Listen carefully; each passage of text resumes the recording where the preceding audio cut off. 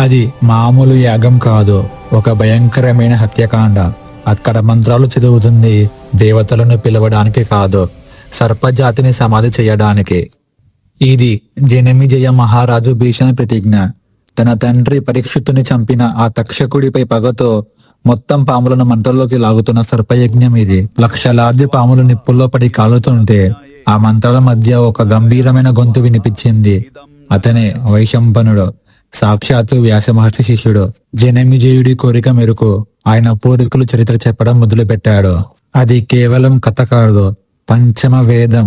దీన్ని వింటే పాపం, భయం, ఓటమి దరి చేరవు.